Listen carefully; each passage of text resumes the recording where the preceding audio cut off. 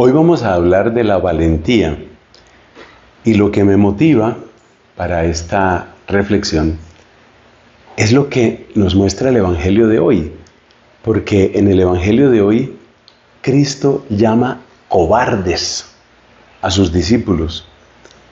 Es una escena que yo creo que todos recordamos muy bien. Está Cristo en la barca, dormido, agotado. Se levanta un temporal impresionante, una tormenta bárbara, y en esas circunstancias, pues los discípulos lo despiertan, ellos llenos de angustia, le preguntan, bueno, ayúdanos, le piden su ayuda. Y entonces Cristo los llama cobardes. Pero uno puede hacerse esta pregunta. ¿Cómo hay que entender eso? Es decir, que el cristiano nunca debe tener miedo. O sea, si se está hundiendo mi barco, yo no debo tener miedo, no me debo preocupar. Un cristiano es alguien que nunca se afana, que nunca se angustia, que nada le preocupa. Nosotros estamos por encima de todos esos temores y de todas esas angustias, y a nosotros eso no nos afecta. ¿Ese es el mensaje que debemos sacar de este Evangelio? Recordemos que Cristo mismo en su pasión experimentó toda la fuerza de su debilidad. Óyeme esa expresión, la fuerza de su debilidad. Ese temor, ese dolor de su corazón, esa tristeza, esa angustia. A ver, ¿habrá alguna persona que diga que Cristo, cuando estaba orando en el huerto, no estaba preocupado, no tenía angustia? ¿Habrá alguna persona que diga eso? Y yo hago esta pregunta. Si Cristo en esas circunstancias estaba experimentando angustia, miedo, entonces, ¿qué queda para nosotros?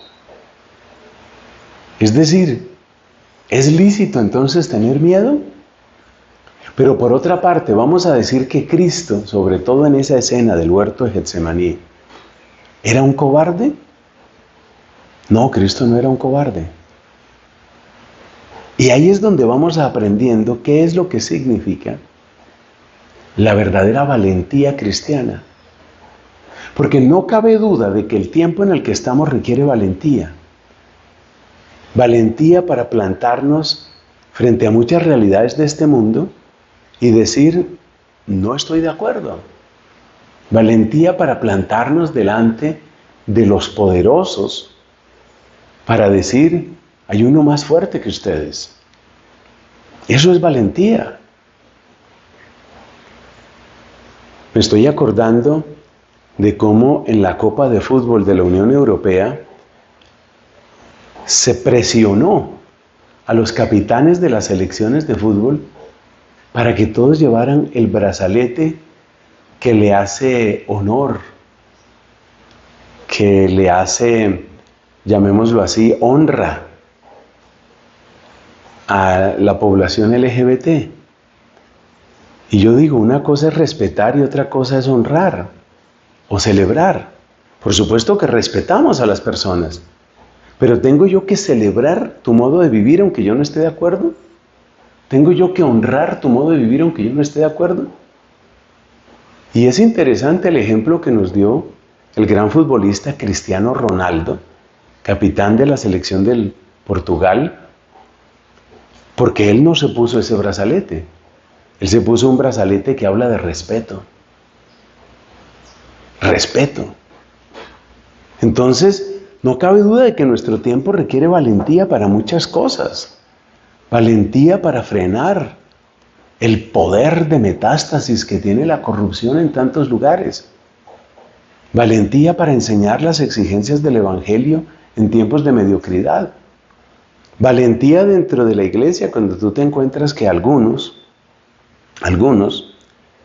pues toman una actitud tan supremamente cómoda, para ellos mismos y para la gente a la que les predican, porque básicamente le están diciendo, tú sigue en tu adulterio, no hay ningún problema, te voy a bendecir. Estás en una relación homosexual, no hay ningún problema, yo te las voy a bendecir, esa unión. Eso es gravísimo y se necesita valentía para oponerse a eso. Pero lo que nos estamos dando cuenta en este evangelio es que la valentía no consiste en no sentir. Porque uno puede pensar que el valiente es que no siente miedo, que no ve el problema, que no pasa por la angustia. Y en el fondo el mensaje que queremos dar es que el valiente sí siente miedo y sí pasa por la angustia. Sí, pasa por angustia. Y tiene que vencerse. Valentía no es dejar de sentir, es ir más allá de lo que se siente, en nombre de lo que realmente vale la pena.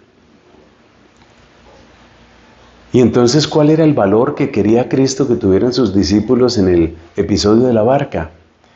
Por supuesto que preocupan esas olas, pero si sabes con quién estás, tú no vas a dejar que la angustia hunda sus garras en ti hasta el punto de sentirte perecer, como si no supieras con quién estás. Cuando tú sabes con quién estás, cuando tú sabes quién es Cristo y quién es Cristo en tu vida, entonces no cabe esa angustia. Ese tipo de angustia no cabe. Sí sientes la presión del momento, sientes las amenazas, puedes sentir miedo. ¿Por qué? Porque eres limitado, como la naturaleza humana de Cristo, limitada. Tú puedes sentir ese miedo, pero más allá de ese miedo, tú sabes con quién estás. Resumámoslo en aquella frase de San Pablo, es que yo sé en quién he puesto mi fe. Yo sé en quién he puesto mi fe. Y por consiguiente, más allá de temores y de angustias y de miedos, yo sé de quién es la victoria. Y que para Él sea desde ya la gloria. Amén.